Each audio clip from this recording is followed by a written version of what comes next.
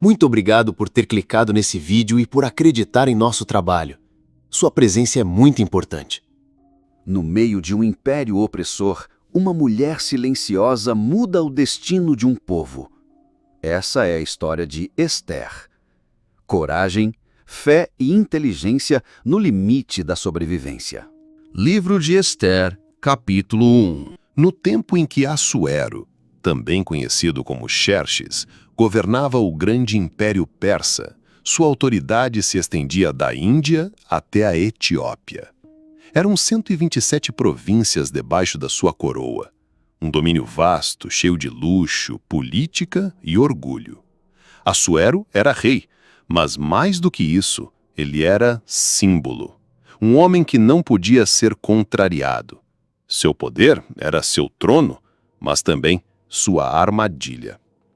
Durante o 3º ano do seu reinado, ele resolveu mostrar sua grandeza para os nobres, oficiais e príncipes de todas as terras.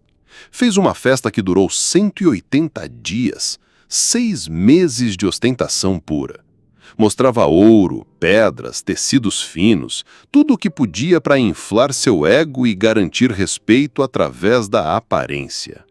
Depois disso, promoveu outro banquete, este aberto para o povo de Suzã, a capital do império. Durou 7 dias. Todos beberam livremente, servidos por taças diferentes, cada uma mais bonita que a outra. Era vinho sem moderação, poder sem limite. E no meio disso tudo, lá estava a rainha Vasti, também fazendo seu próprio banquete, mas só com as mulheres. No 7º dia, quando o rei já estava alterado pelo vinho e pela vaidade, decidiu exibir sua rainha. Pediu que Vasti viesse à presença de todos usando a coroa real, provavelmente com pouca ou nenhuma roupa, para ser admirada como se fosse uma joia entre joias. Ele queria mostrar que, além da riqueza, tinha uma mulher bela, não como esposa, mas como posse. Mas Vasti disse não.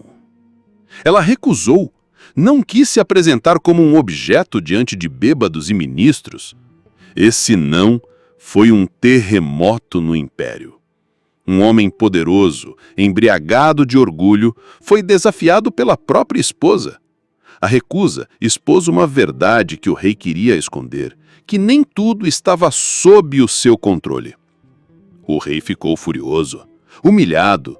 Consultou seus conselheiros e perguntou o que deveria fazer com Vasti. Os homens, também temendo que outras mulheres seguissem o exemplo dela, disseram: "Ela não pode continuar como rainha. Mande tirá-la, e que todas as mulheres saibam que devem obedecer seus maridos." Assim, Vasti foi deposta, expulsa da realeza, e um decreto foi enviado a todas as províncias do império em todas as línguas. O homem deve ser o senhor da casa. Esse capítulo é sobre poder, orgulho e medo. Assuero não queria só respeito. Ele queria admiração, obediência cega, reforço constante de que ele era intocável. A festa era uma fuga da insegurança dele. Um rei que precisa de 180 dias de celebração para provar que manda, talvez não mande tanto quanto pensa. Já Vasti foi corajosa. Uma mulher que sabia seu valor e se recusou a ser exposta como um troféu. No mundo onde a mulher valia pouco, ela disse não para o homem mais poderoso do mundo. Não por gritaria, nem por revolução, mas por limite. Ela mostrou que o corpo dela não era moeda de status. Só isso já é subversivo. Mas a sociedade, os ministros, os homens ao redor não viram força, viram ameaça. E o medo da autonomia feminina fez com que todo o império fosse afetado. O decreto no fim do capítulo não é sobre casamento, é sobre controle. Eles queriam garantir que nenhuma outra mulher ousasse pensar por si. E assim termina o 1º capítulo da história. Uma rainha excluída por dignidade, um rei ferido no orgulho, e um sistema que tenta, a todo custo, manter tudo no lugar, mesmo que à força. Livro de Esther, capítulo 2. Uma jovem sem voz entra num palácio cheio de máscaras. Depois que a poeira baixou e a fúria do rei Assuero esfriou, bateu um certo vazio no palácio. Ele tinha tirado a rainha, mas agora faltava uma rainha. Foi então que os conselheiros propuseram algo: fazer uma espécie de concurso de beleza por todo o império. Que se buscassem as moças mais bonitas de cada região para que o rei escolhesse a nova rainha entre elas. Foi aí que entrou Ester, uma jovem judia órfã de pai e mãe, criada por seu primo Mardoqueu, um homem íntegro, mas humilde, que vivia na fortaleza de Susã. Ele era da tribo de Benjamim, descendente dos exilados levados de Jerusalém. Ester era bonita, muito bonita, mas mais do que isso, havia nela uma calma, uma doçura, um tipo de presença que não precisava gritar. Ela foi levada junto com outras moças para o harém real, um lugar onde as mulheres passavam por 12 meses de preparo, 6 meses de óleos, perfumes, banhos e tratamentos. Não era só estética, era condicionamento. Cada jovem tinha uma chance, uma única noite com o rei. Depois disso, ou ela era escolhida, ou ia para um segundo harém, onde viveria esquecida. Ester foi orientada por Mardoqueu a não revelar sua origem judaica. Em silêncio, ela obedeceu. Entrou no sistema sem lutar contra ele, mas também sem se perder nele. Quando chegou sua vez de se apresentar ao rei, ela não pediu nada além do que o responsável pelo harém sugeriu. Ela foi do jeito que era, simples, natural. E o rei se encantou por ela. Mais do que pelas outras, Ester foi coroada rainha. Uma menina do povo, órfã, sem status, agora com uma coroa sobre a cabeça. Mas mesmo no trono, ela manteve silêncio sobre quem era de verdade. Enquanto isso, do lado de fora, Mardoqueu ficou atento. Todos os dias ia até ao portão do palácio para saber notícias dela. E foi lá que ele descobriu, por acaso, uma conspiração contra o rei. 2 guardas estavam tramando assassiná-lo. Mardoqueu avisou Ester, que contou ao rei, e os 2 conspiradores foram mortos. Esse fato foi registrado nos livros oficiais do reino, mas por enquanto ninguém deu muita importância. Esse capítulo é sobre aparência e silêncio. Ester entra num mundo onde tudo é feito para esconder quem você é, onde a beleza serve como passe, mas o poder está nas entrelinhas. Ela entra muda, literalmente. Esconde sua identidade, seu povo, sua história, porque sabe que, nesse jogo, falar demais pode ser sentença. Mas, diferente de Vasti, que enfrentou o sistema de frente, Ester vai por dentro. Ela joga o jogo, mas sem se contaminar. E isso exige inteligência emocional, porque calar, às vezes, é mais difícil do que gritar. E esperar a hora certa pode ser a maior prova de coragem. Mardoqueu, por outro lado, é o símbolo da lealdade invisível. Ele cuida, protege, observa, não tem status, nem glória, mas planta sementes que mais tarde vão virar salvação. E o rei continua vivendo sobre o véu do orgulho.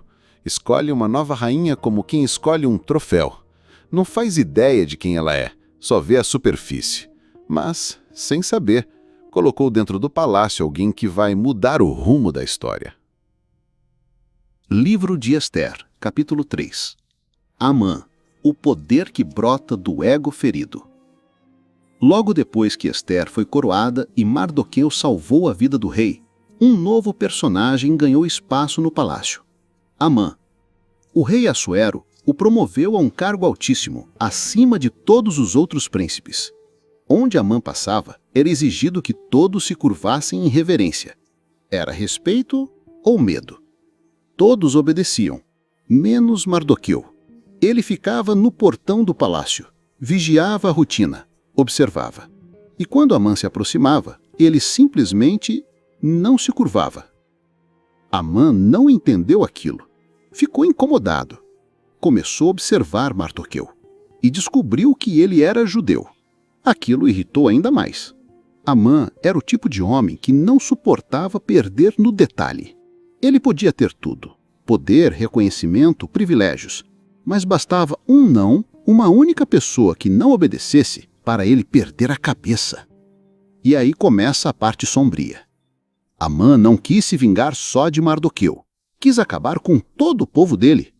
Foi até o rei com uma proposta disfarçada de lealdade. Há um povo espalhado pelas províncias que tem leis diferentes e não obedece ao rei. Seria melhor eliminá-los. E ofereceu 10.000 talentos de prata para bancar a destruição. O rei, alheio ao que aquilo significava, entregou seu anel a Amã, o que na prática era entregar poder absoluto, e autorizou o plano. Cartas foram enviadas a todas as províncias. No dia 13 do mês de Adar, todos os judeus, homens, mulheres e crianças, devem ser mortos. Seus bens serão tomados. O decreto caiu como um trovão.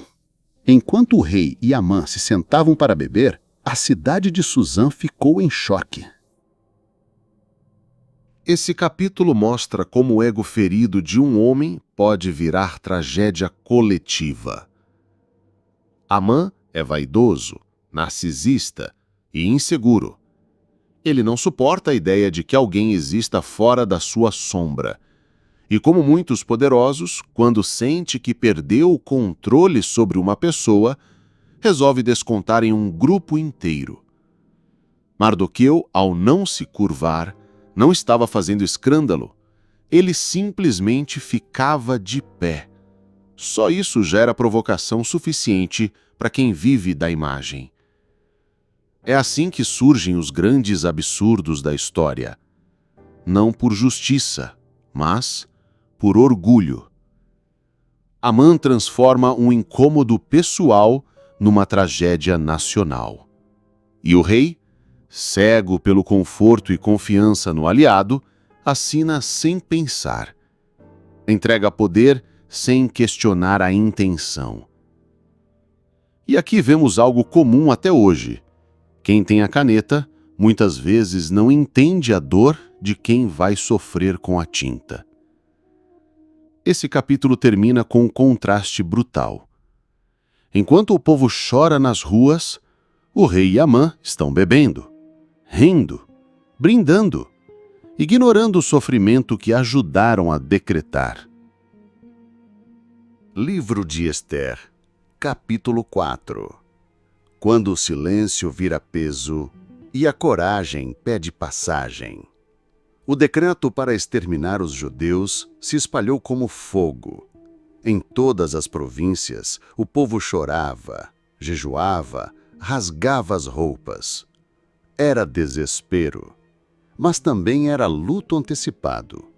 Em Suzã, Mardoqueu foi para a frente do palácio vestido de pano de saco e coberto de cinzas. Um ato de dor, mas também de resistência. Ele não podia entrar no palácio com aquela roupa, porque tristeza era proibida nos portões do poder. Lá dentro, Ester soube que seu primo estava em agonia, mas ela ainda não sabia do decreto. Estava isolada, protegida pelo luxo e pela bolha do palácio. Ela tentou mandar roupas para Mardoqueu, mas ele recusou. Em vez disso, enviou uma mensagem. E foi nessa mensagem que ele contou tudo. Sobre Amã, o plano, a data marcada para o massacre e fez um pedido direto. Vai até o rei e intercede pelo nosso povo, fala por nós. Ester sentiu o peso, mas respondeu com sinceridade. Quem entra na presença do rei sem ser chamado, morre. Faz 30 dias que ele nem me chama. Era verdade. O rei podia ser esposo, mas era um tirano cercado por regras. Ester estava entre o medo e a missão. Foi então que Mardoqueu respondeu com uma das falas mais impactantes da Bíblia. Se você se calar agora, de outra parte virá livramento para os judeus. Mas talvez você esteja aí justamente por esse momento. Quem sabe se não foi para isso que você se tornou rainha? Essas palavras bateram forte. Ester respondeu com firmeza. Jejuem por mim durante 3 dias. Nem comam, nem bebam. Eu também vou jejuar. E depois disso, eu irei até o rei, mesmo sem ser chamada. E se eu perecer, pereci. Esse capítulo é o divisor de águas. Até aqui, Esther viveu sob comando do primo, do rei, do protocolo. Mas agora ela precisa escolher: falar ou calar, aparecer ou continuar como um enfeite de palácio. E isso, psicologicamente, é poderoso. Esther representa o momento em que a gente percebe que não dá mais para fugir do que a vida está pedindo da gente. Mardoqueu também muda aqui. De protetor, ele vira cobrador. Ele diz com todas as letras: o mundo está desabando e você tem escolha. Vai fazer parte do livramento ou vai sumir com o silêncio? Essa fala é atemporal. Serve para qualquer um que está vendo injustiça e finge que não é com ele. E a resposta de Esther é emblemática. Ela não diz que está pronta. Ela sente medo, mas age mesmo assim. É a definição de coragem. Não é ausência de medo, é ação apesar do medo. Ela se prepara com o jejum. Mas o jejum não é mágica, é clareza, é aterramento, é foco, é a mente se limpando para enfrentar o impossível. Livro de Esther, capítulo 5. Quando a coragem se veste de estratégia e o silêncio vira arma. 3 dias se passaram.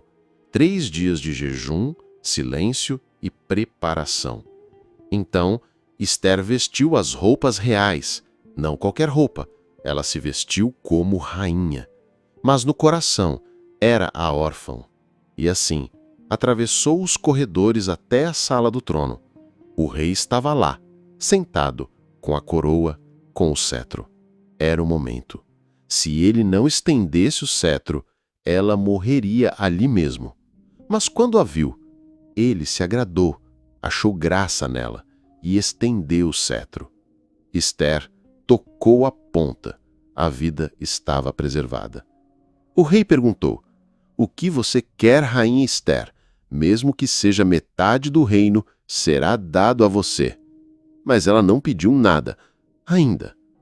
Ela apenas disse: quero convidar o rei e Amã para um banquete que preparei hoje. Sim, Amã, o inimigo, o homem que queria destruir seu povo.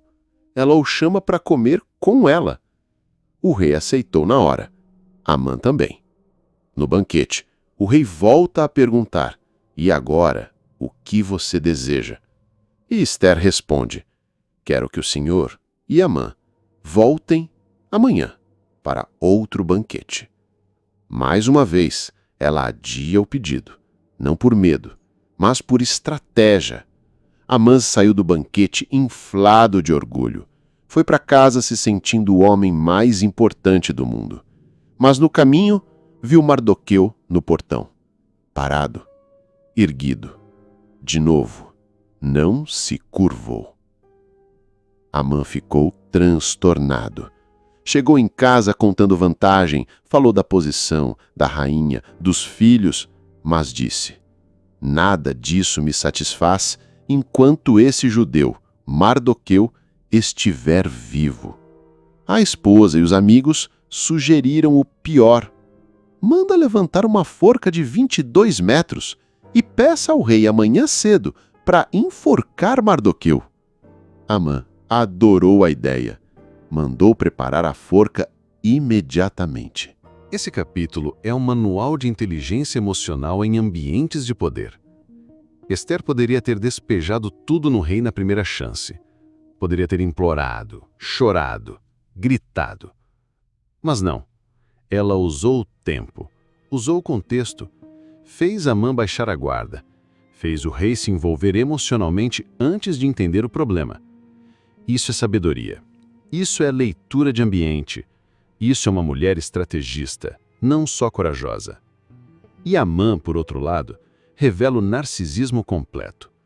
Pode ter tudo, mas enquanto um homem, um simples judeu, não se curvar, ele perde o sono. Isso é doentio. Ele vive para a validação, e quando ela não vem, entra em colapso. mesmo jantando com a rainha, mesmo andando ao lado do rei. É a prova de que ego ferido não se satisfaz com poder, só se alimenta de submissão. E enquanto ele planeja a morte de Mardoqueu, o destino começa a afiar as engrenagens da virada. Naquela noite, o rei não conseguiu dormir. A insônia bateu, o travesseiro virou pedra. E o que ele resolveu fazer? Mandou trazer os registros reais, os livros que contavam tudo o que já tinha acontecido no palácio. E foi lendo, ouvindo, virando página, até que chegou num trecho importante, quando Mardoqueu tinha descoberto um plano para matar o rei, e o salvou. O rei parou. O que foi feito para homenagear esse homem? Os servos responderam: Nada, senhor. Ele nunca foi recompensado. Nesse momento, Amã já estava chegando no palácio, bem cedo, pronto para pedir autorização do rei para enforcar Mardoqueu. Antes que falasse qualquer coisa, o rei perguntou: Amã, o que se deve fazer a um homem a quem o rei deseja honrar? Amã, cego de vaidade, achou que o rei estava falando dele mesmo. E aí, soltou tudo o que queria para si. Vista esse homem com as roupas reais do rei. Coloque a coroa. Faça-o montar no cavalo do rei e leve-o pela cidade com alguém na frente gritando: É assim que se trata o homem que o rei deseja honrar. O rei respondeu: Excelente ideia. Vá depressa. E faça tudo isso com Mardoqueu, o judeu, que está no portão do palácio. Não deixe faltar nenhum detalhe. A cara de Amã deve ter caído no chão. Ele que veio pedir a morte de Mardoqueu, teve que colocá-lo no cavalo, vestir ele com a roupa do rei, andar à frente como um servo e gritar pela cidade toda em sua honra. Depois disso, Mardoqueu voltou ao portão, como sempre. Já Amã voltou para casa humilhado, com o rosto coberto. Contou tudo à esposa e aos amigos. E aí a esposa dele disse algo assustador. Se Mardoqueu é judeu e você já começou a cair diante dele, então você não vai conseguir vencer. Vai cair de vez. Enquanto ela falava isso, os oficiais chegaram para buscar Amã para o segundo banquete com Ester. Esse capítulo é a prova de que Deus pode usar até uma insônia para reescrever destinos. O rei não conseguiu dormir. Mas não foi só acaso. Foi o início de uma intervenção sutil, mas poderosa. Ele, que era distraído, vaidoso e superficial, de repente é empurrado para olhar para trás e se lembrar de quem já o salvou e que tinha sido esquecido. Essa cena mostra como o sistema muitas vezes esquece os justos. Mardoqueu salvou o rei e não ganhou nada, enquanto Amã, que só jogava para si, crescia na sombra da vaidade. Mas o que é escondido, uma hora vem à tona. E a humilhação de Amã é emblemática.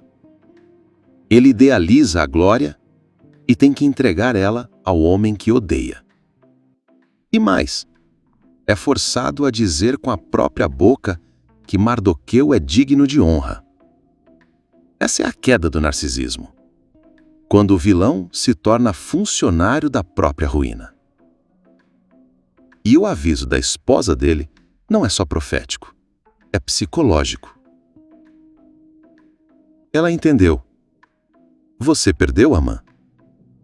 Não é mais questão de se, mas de quando.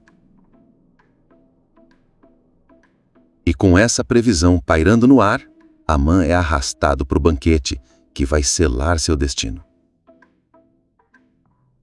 Livro de Ester, capítulo 7.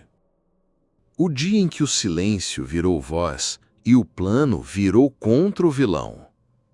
O rei e Amã chegaram para o segundo banquete. Ester os recebeu como quem serve, mas por dentro ela estava firme. Ela sabia que aquela era a hora. Ou falava agora, ou não falaria nunca mais. Durante o jantar, o rei perguntou novamente: Rainha Esther, o que você deseja? Mesmo que seja metade do reino, será concedido. E aí, ela falou: Se encontrei favor aos seus olhos, ó rei, peço que poupes a minha vida e a vida do meu povo, porque fomos vendidos para sermos destruídos, mortos e exterminados. O rei se espantou. Quem ousaria fazer tal coisa? E ela respondeu com firmeza: O adversário é esse homem perverso, Amã. O silêncio caiu como uma pedra no salão. Amã ficou branco. O rei se levantou furioso e saiu para o jardim do palácio. Ele precisava respirar, processar. Amã ficou sozinho com Esther e entrou em pânico. Ele caiu de joelhos sobre o divã, onde Esther estava reclinada, suplicando por sua vida.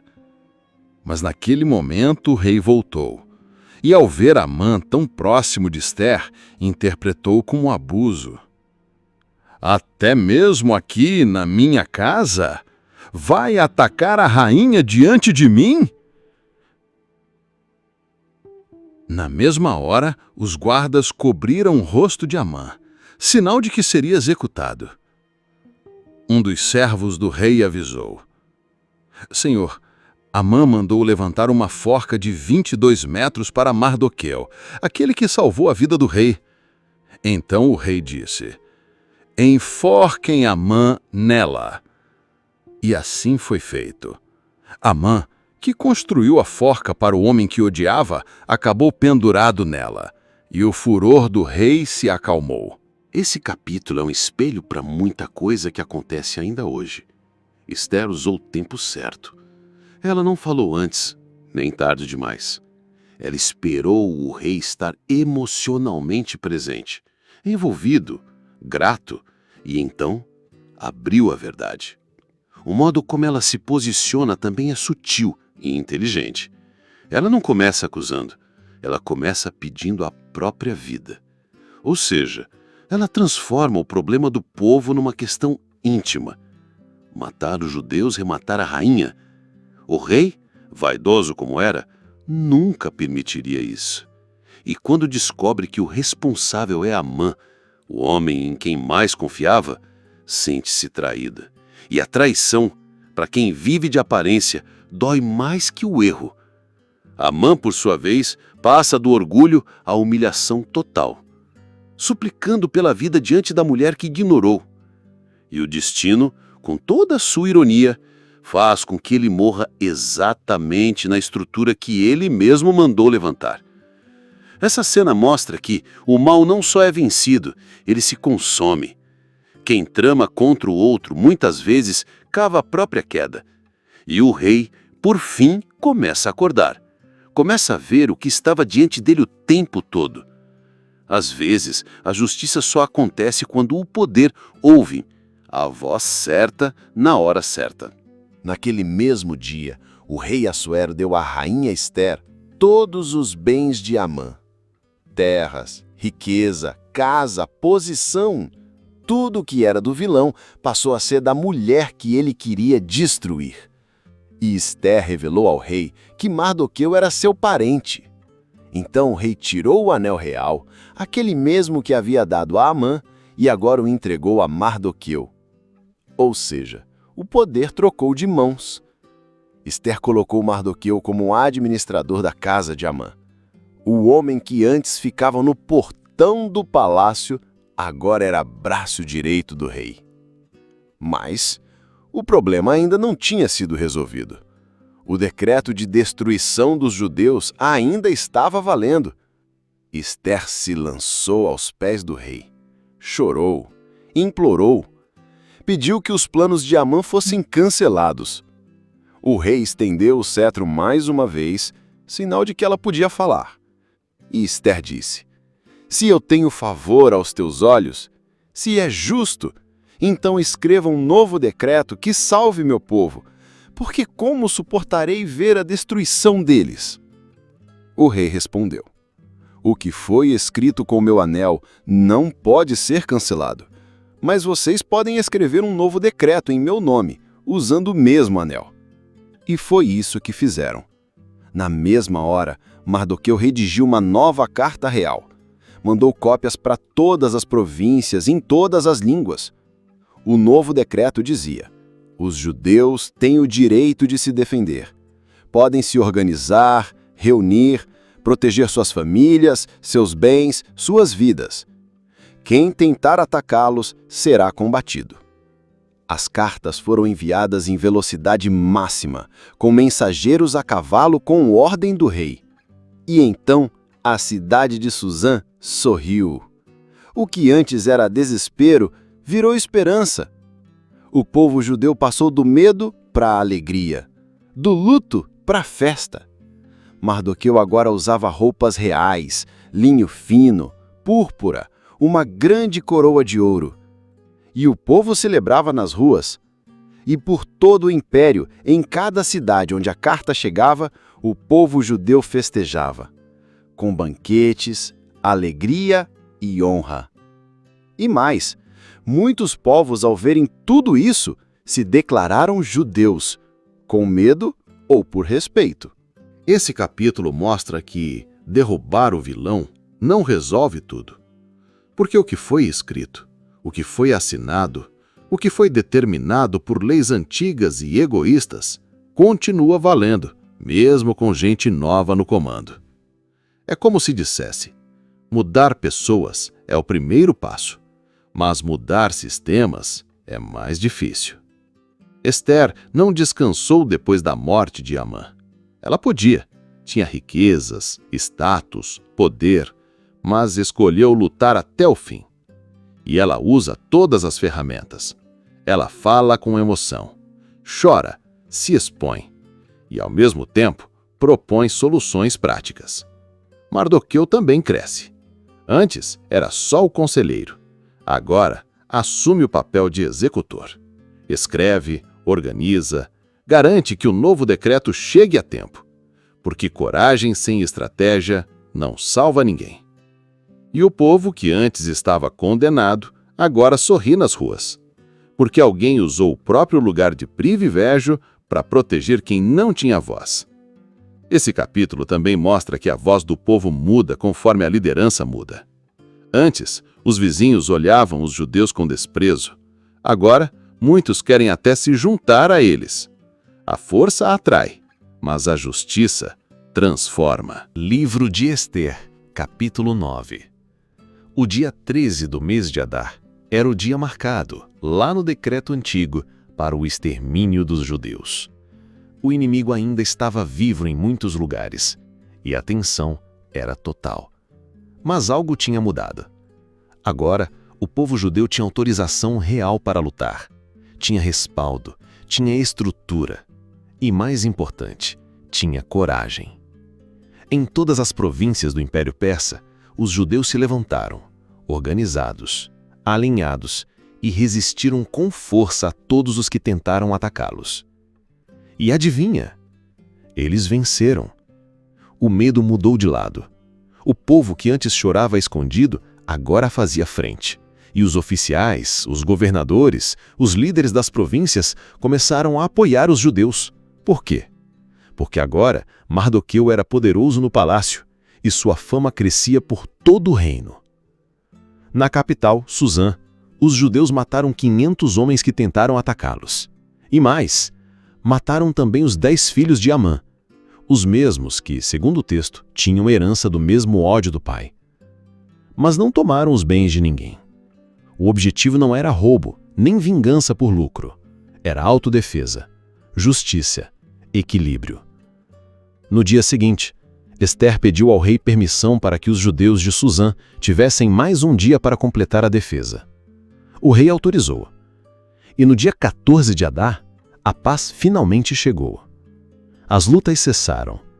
E o que restou foi vida, alívio, superação.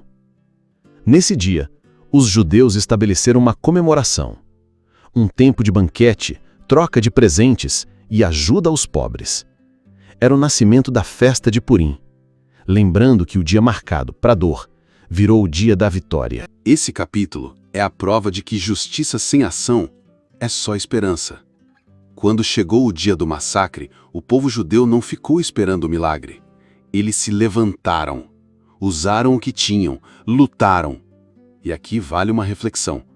O povo que antes vivia nas sombras, agora se reconhece como forte. E não se vinga, se defende. A diferença é grande. Eles não tomam posse, nem saqueiam. Eles se preservam, eles se protegem. E Mardoqueu, que antes era só um funcionário de portão, agora é referência nacional. Aqueles que antes zombavam dos judeus, agora os respeitam, porque alguém teve coragem de virar o jogo sem perder a integridade. A criação da festa de Purim é linda, porque transforma o trauma em celebração.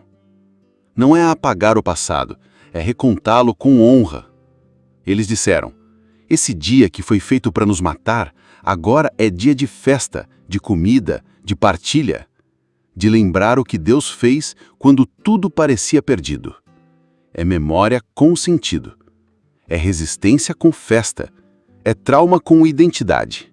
Esse capítulo encerra com um recado poderoso. Não é o título, não é o sangue, não é o berço.